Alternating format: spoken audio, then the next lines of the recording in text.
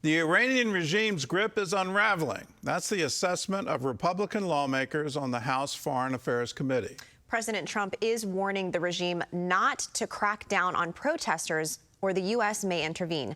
Meanwhile, the Ayatollah reportedly has a backup plan to flee the country. CBN's Paul Strand reports. Massive protests across Iran have entered their 11th day. At least 36 people have died, and the regime's arrested more than 2,000 protesters. In a message on social media, Iranian Crown Prince Reza Pahlavi, the son of the deposed Shah, challenged Iranian security personnel to decide if they will choose to protect the regime or the people of Iran. While other uprisings against the mullahs have been stamped out, Hormoz Shariat of Iran Alive Ministries tells CBN News these may last longer. Iran's plummeting economy now threatens the very survival of its citizens as they can't afford food or life-saving medicines. That's just heartbreaking when a family, their loved one is dying and they can't afford a $30, $40 medicine that can save their loved one, and they die. In a social media post, Republican members of the House Foreign Affairs Committee wrote, "Anti-regime protesters are rising up and claiming entire cities. Iranians have had enough of the tyrannical Ayatollah and his murderous mullahs. The Iranian regime's grip is unraveling." President Trump has repeatedly warned the U.S. may intervene if the regime starts killing protesters. While Iran's supreme leader has said rioters must be put in their place, America's move to depose Venezuelan dictator Nicolas Maduro might have him shaken. He's reportedly put together contingency plans to flee to Moscow with 20 top aides. Maduro's removal may severely hit both Iran and its top proxy Hezbollah in the pocketbook. Trade with the South American nation has long let the Iranian regime bypass crippling sanctions. And Hezbollah used Venezuela to raise funds through its ties to criminal gangs and narco-terrorists there. This is something that the United States has been tracking and trying to push back against for quite some time, and hopefully this strike will reduce the ability of Hezbollah to operate in the region. Meanwhile, Israel's prime minister says a top priority with President Trump is keeping a lid on Iran's ambition to build nuclear weapons. The two discussed the matter at the recent summit in Florida. We reiterated our common position of zero enrichment and the need to remove the 400 kilograms of enriched material from Iran and to monitor the sites with close and real supervision. New York City's Islamist mayor alarmed Jews and their supporters on his first day in office when he immediately revoked policies the former mayor enacted to support Israel. The city has seen a dramatic rise in anti-Semitic hate crimes in recent years. Despite this, Zohran Mamdani claims his leadership won't endanger the Jewish population in his city. Protecting Jewish New Yorkers is going to be a focus of my administration. But Israel's foreign ministry shot back on X that Mamdani's new actions contradict his words, writing, "This isn't leadership, it's anti-Semitic gasoline on an open fire." Paul Strand, CBN News. Well, Israeli ambassador to the United Nations, Danny Danon, joins us now from New York. Welcome back to the show. Thank you for having me again, Gordon. Let's talk about Iran, and we've seen protests over the years, and I thought at one point we would see a change in the government, but then they unleashed snipers on the protesters and effectively shut it down. Is this one for real? Are we really going to see a change in the government?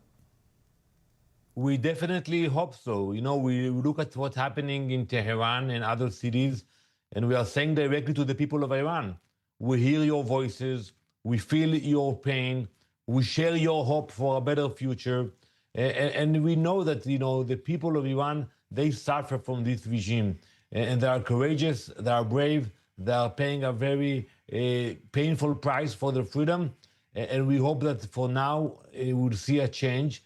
But Gordon, we actually hope that something will change after the successful operation of Israel and the US against the nuclear site in Iran, that the regime will change course, will get the message.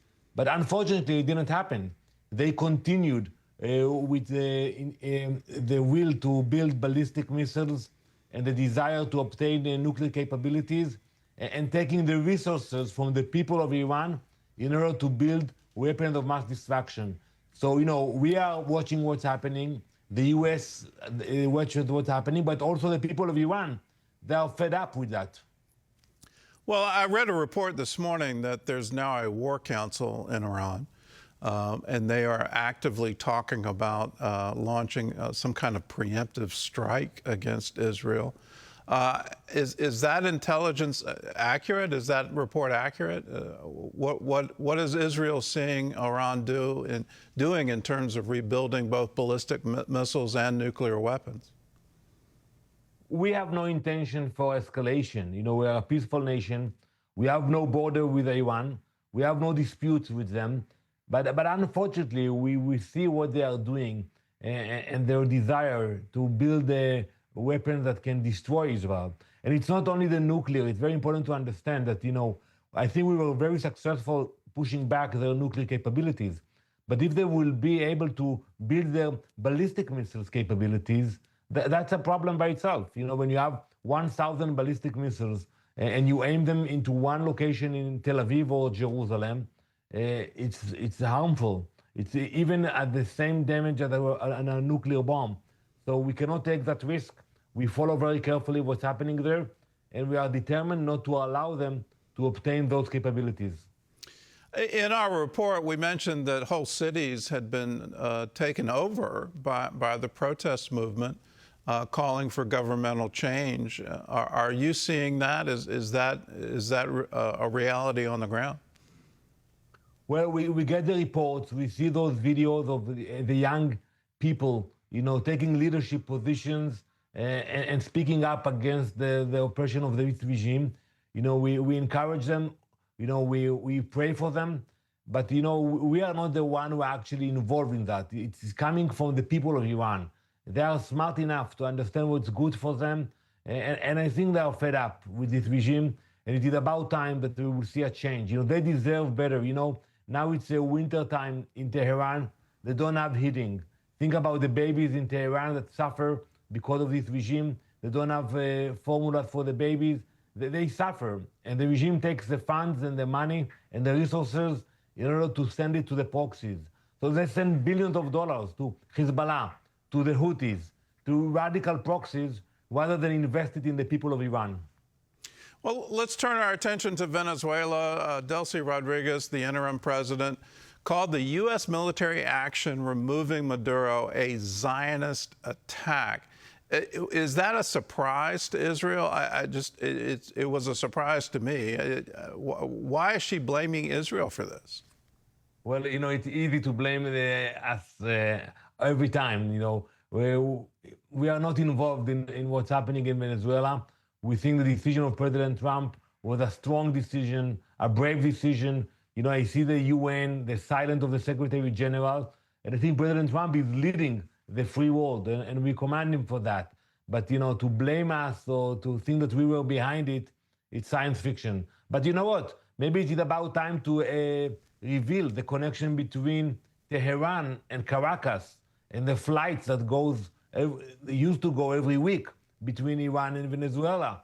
And we know that they were smuggling weapons and they collaborated together. So I think they hope also for the people of Venezuela for a brighter future. Yeah, I remember reading that there were direct flights between the two countries, and it just boggled my mind that there would be that kind of traffic between them. Rodriguez has been reported to be in business with some Lebanese citizens. Is that part of Hezbollah? Is that how deep Hezbollah has become in Latin America? Well, we know that Hezbollah, they used to train in Venezuela. There is a collaboration between Hezbollah, Iran, and the Venezuelan regime. So they are not innocent.